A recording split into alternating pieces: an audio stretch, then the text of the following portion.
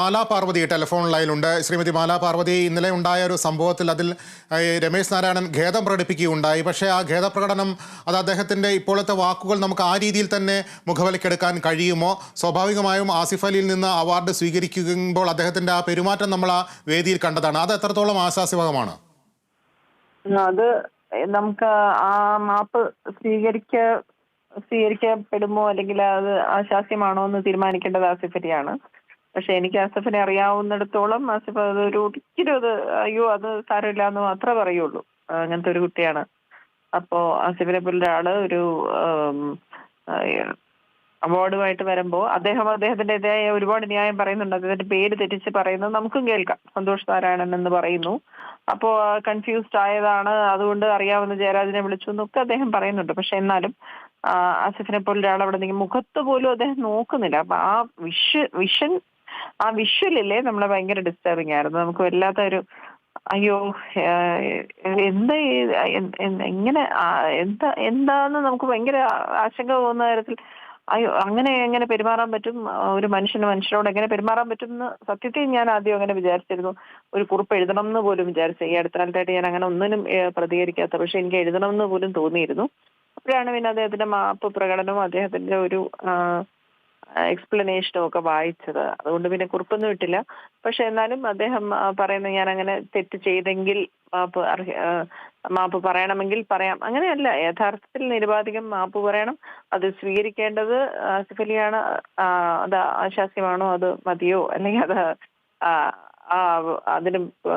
അതിന് മറുപടി ആയോ എന്ന് തീരുമാനിക്കേണ്ടത് ആസിഫാണ്, നമ്മളല്ല.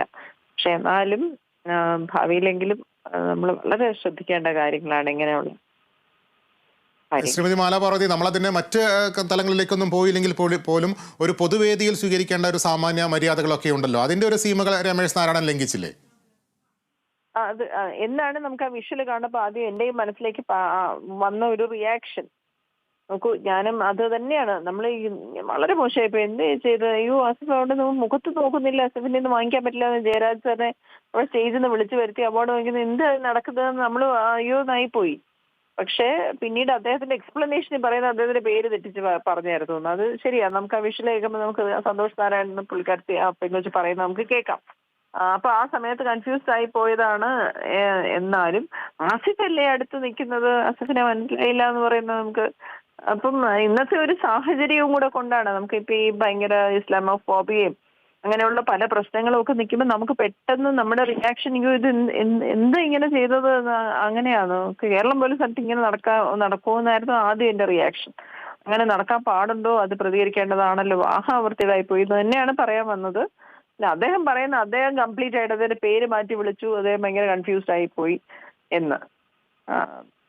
സംഘാടനത്തിൽ കുറെ പിഴവുണ്ടായിട്ടുണ്ട്. പേര് മാറ്റി വിളിച്ചു എന്ന് മാത്രമല്ല, ഈ രമേശ് നാരായണനെ വേദിയിലേക്ക് വിളിക്കാൻ തന്നെ വിട്ടുപോയൊരു സാഹചര്യം ഉണ്ടായിരുന്നു. അങ്ങനെ സംഘാടനത്തിൽ ഒരുപാട് പിഴവുകൾ സംഭവിച്ചൊരു ഘട്ടമുണ്ടായിരുന്നു. എങ്കിൽ പോലും ഈ ജയരാജനെ വിളിച്ചു വരുത്തിയപ്പോൾ ജയരാജും അതിനെ തിരുത്താൻ ശ്രമിക്കുന്നില്ല എന്നുള്ളത് നമുക്കതിൽ നിന്ന് വായിച്ചെടുക്കേണ്ടതല്ലോ. അതെ, ആ സമയത്ത് കൺഫ്യൂഷൻ ഒഴിവാക്കാൻ വേണ്ടി അദ്ദേഹം ഓടി വന്നതായിരിക്കും. അദ്ദേഹത്തിന്റെ വശം നമുക്ക് അറിഞ്ഞുകൂടാ. അവിടെ എന്താ നടന്നുകൊണ്ടിരുന്നതെന്ന് നമുക്കറിയത്തില്ല. സംഘാടനത്തിൽ എന്തായാലും പ്രശ്നം ഉണ്ടായിരുന്നു. ഇദ്ദേഹം പോലെ ഒരാൾ സ്റ്റേജ് ഫംഗ്ഷന് വന്നിരുന്നിട്ട് അദ്ദേഹത്തിനെ മേളിലോട്ട് വിളിക്കുന്നില്ല. അത് കഴിഞ്ഞ് ആസിഫ് അലി ഒരു അവാർഡ് കൊണ്ട് വരുന്നു.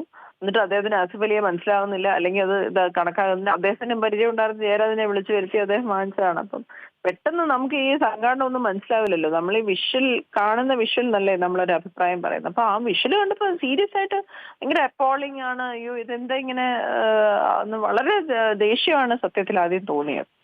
പിന്നെ അദ്ദേഹത്തിന്റെ കുറിപ്പ് വായിച്ചപ്പോ അദ്ദേഹത്തിൻ്റെതായ ന്യായങ്ങൾ ഉണ്ടായിരിക്കാം എന്നും തോന്നി. എന്നുവെച്ചാൽ മനുഷ്യരല്ലേ. ശരി മാലാ പാർവതി, പ്രതികരിച്ചതിന്